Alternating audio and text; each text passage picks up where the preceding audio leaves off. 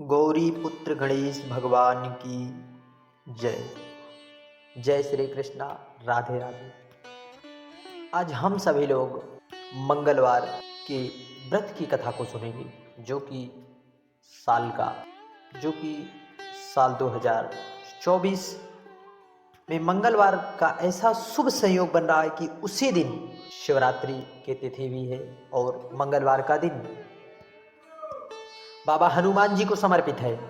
इस दिन मंगलवार का व्रत करने से मंगलवार के व्रत का तो पुण्य हमें प्राप्त होगा ही, साथ ही साथ शिवरात्रि का भी पुण्य हमें प्राप्त होगा। इसलिए भाव प्रदोष है, हम सभी को ऐसे महादुर्लभ संयोग से बिल्कुल भी नहीं चूकना है, क्योंकि बाबा का भी दिन है। बाबा कुबेर भंडारी के साक्षात अवतारी बाबा हनुमान जी का मंगलवार का दिन।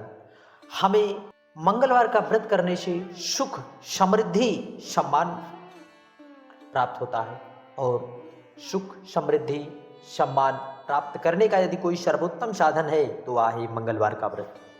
इस व्रत को हमें विधि पूर्वक करने से हमें जो है समस्त सुखों की प्राप्ति होती है। परंतु यदि हम सभी लोग इस दिन मंगलवार की कथा को या मंगल कोई कामना है तो हम सबकी वह कामना जरूर पूर्ण होती है। यदि कथा व्रत यदि किसी कारणवश ना हो पाए, यदि कथा को श्रवण किया जाए तो अति उत्तम हमें पुण्य फल की प्राप्ति होगी। तो आइए हम सभी लोग सबसे पहले मंगलवार के व्रत की कथा को श्रवण करेंगे। बाबा हनुमान जी का विशेष पावन पवित्र, बाबा को प्रसन्न करने वाले दिन पर बड़े प्रसन्नचित भाव से जो है हम सभी को व्रत करना चाहिए। इस दिन हमें एक ही बार भोजन करना चाहिए। भोजन में गेहूं के आटे और गुड़ से बने पदार्थ का ही प्रयोग करना चाहिए। मंगलवार का व्रत नियमित रूप से करने वालों को हनुमान जी अपने समान वीर बनने का भी आशीर्वाद देते हैं। भूत प्रेत आदि बाधाग्रस्त व्यक्तियों को मंगलवार का व्रत अवश्य करना चाहिए। तो आइए हम सभी लोग बड़े प्रसन्नचित भाव से मंगलवार की कथा को श्रवण करते हैं। ऋषि नगर में केशवदत्त नाम के ब्राह्मण अपनी पत्नी अंजलि के साथ बड़े प्रेम पूर्वक रहा करते थे। केशवदत्त के यहाँ धन संपत्ति की कोई भी कमियां नहीं थी।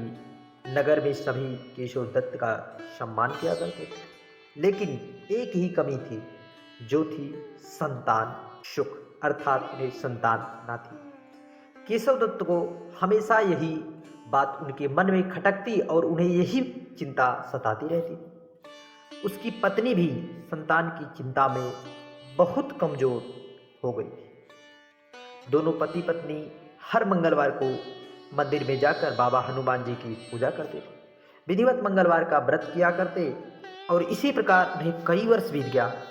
ब्राह्मण बहुत निराश हो गया, लेकिन उसने अपनी निष्ठा, अपना विश्वास छोड़ा नहीं। कुछ दिनों के बाद केशवदत्त हनुमान जी की पूजा के लिए वन को गए। उनकी पत्नी घर में ही मंगलवार का व्रत करने लगी। दोनों पुत्र प्राप्ति के लिए मंगलवार का व्रत बड़े ही निष्ठा भाव से अब और भी विश्वास रखकर करने लगे। एक बार अंजलि मंगलवार को व्रत करके हनुमान जी को भोग नहीं लगा पाई। हनुमान जी को भोग लगाए बिना वह स्वयं भी बिना भोजन किए ही सूर्यास्त होने पर भूखी ही सो गई। अगली मंगलवार जब हनुमान जी को भोग लगाए बिना उसने भोजन नहीं करने का प्रण कर लिया। देखिए, भक्ति की यदि निष्ठा अगाध हो जाए, दृढ़ हो जाए, तो भगवान को आना ही पड़ता है। 6 दिन तक भूखी प्यासी रही। 7वें दिन मंगलवार को उसने हनुमान जी की पूजा की, लेकिन तभी भूख प्यास के कारण बेहोश हो गई। हनुमान जी की कृपा और करुणा से हनुमान जी ने सपने में उन्हें दर्शन देते हुए कहा, उठो पुत्री, मैं तुम्हारी पूजा पाठ से अति प्रसन्न हूँ। देखिए, भक्त की परीक्षा किस प्रकार होती है, उनकी विश्वास की परीक्षा, दृढ़ता की परीक्षा होती है। तुम्हें सुंदर और सुयोग पुत्र होने का वर देता हूँ। यह कहकर हनुमान जी अंतर ध्यान हो गए। तभी अंजलि की बेहोशी दूर हो गई।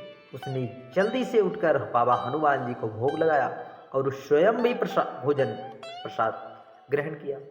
हनुमान जी की अनुकंपा से 9 माह के पश्चात अंजलि ने एक सुंदर सुयोग्य बालक को जन्म दिया।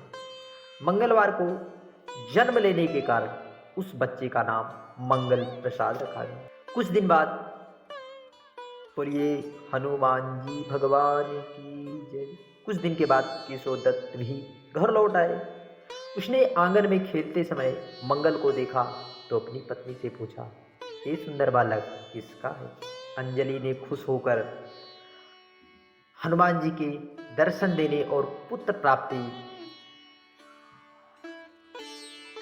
के वरदान की सारी कथा सविस्तार उन्हें सुनाई। लेकिन केशव दत्त को उनकी बात पर कुछ भी विश्वास, तनिक भी विश्वास न हुआ। उसके मन में पता नहीं कैसे यह कलुषित विचार आया कि अंजलि ने उसके साथ विश्वासघात किया और अपने पापों को छिपाने के लिए वह झूठ बोल रही।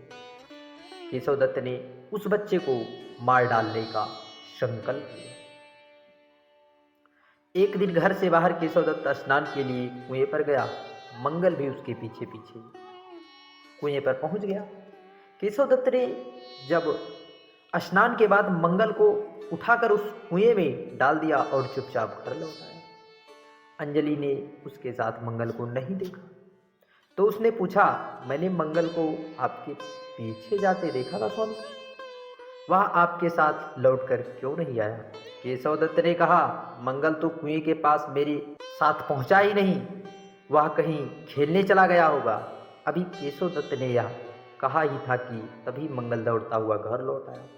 केशव दत्त मंगल को देखकर बुरी तरह हैरान हो। उसी रात हनुमान जी ने केशव दत्त को स्वप्न में दर्शन देते हुए कहा, तुम दोनों के मंगलवार के व्रत से प्रसन्न होकर पुत्र जन्म का वरदान मैंने दिया, फिर तुम अपनी पत्नी को उल्टा क्यों समझते हो? यह कहकर हनुमान जी अंतर्ध्यान हो गए। तभी बिस्तर से उठकर केशव दत्त ने दीपक जलाकर रोशनी की और अंजलि को जगाकर उनसे क्षमा मांगते हुए स्वप्न में बाबा हनुमान जी के दर्शन देने की सारी बात बताई। उसने अपने बेटे को हृदय से लगाकर बहुत प्यार किया। उस दिन के बाद सभी आनंदपूर्वक रहने लगे। मंगलवार का व्रत विधि पूर्वक करने से उनके घर के सभी कष्ट कट जाते। हम सभी लोग बाबा से यही प्रार्थना करेंगे कि हम सभी के जीवन में चल रहे कष्ट, वेदनाएं बाबा की कृपा से जरूर दूर हों और हनुमान जी उनके सभी कष्ट दूर करते हैं और घर में धन संपत्ति का भंडार भी भर देते हैं। इसी क्रम में हम सभी लोग मंगोलिया की मंगलवार व्रत कथा को भी श्रवण कर लेते हैं। कि नगर में एक बुढ़िया रहती थी। वह मंगलवार को सूर्योदय के समय हम सभी लोग मंगलवार को मंगल प्रदोष व्रत कथा श्रवण करते हैं, क्योंकि साल का पहला प्रदोष है। हम सभी को जरूर इस कथा को श्रवण करना चाहिए।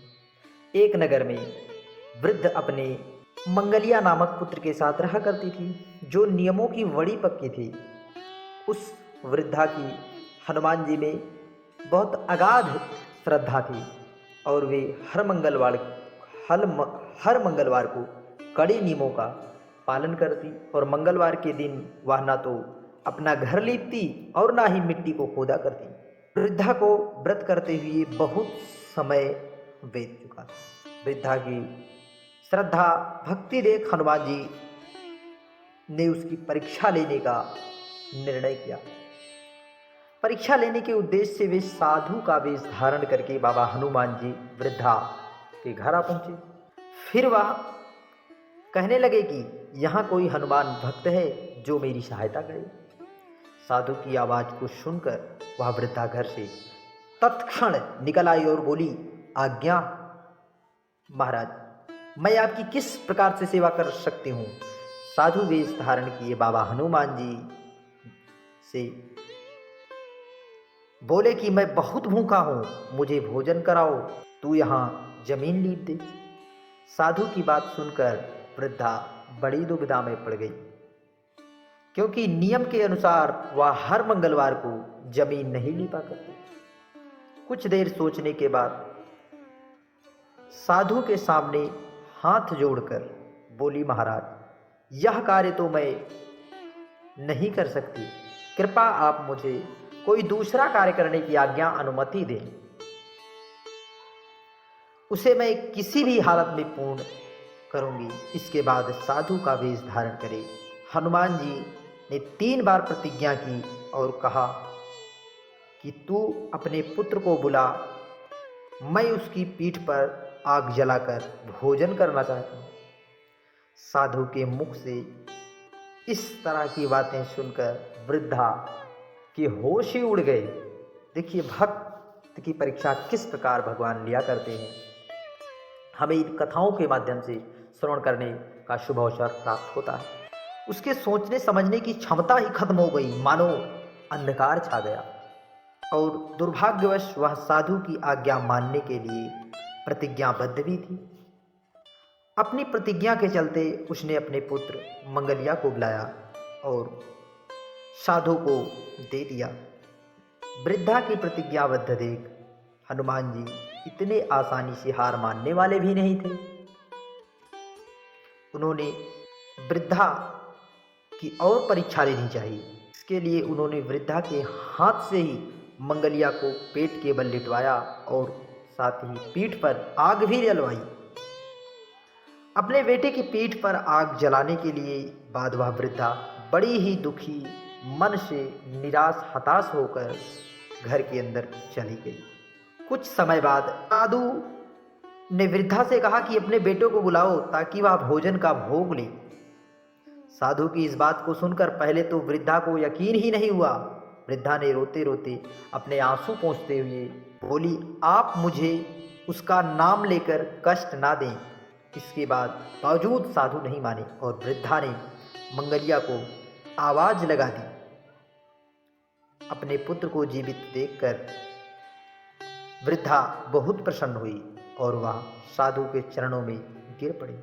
इसके बाद हनुमान जी अपने वास्तविक रूप में प्रकट हुए और वृद्धा को दर्शन दिया।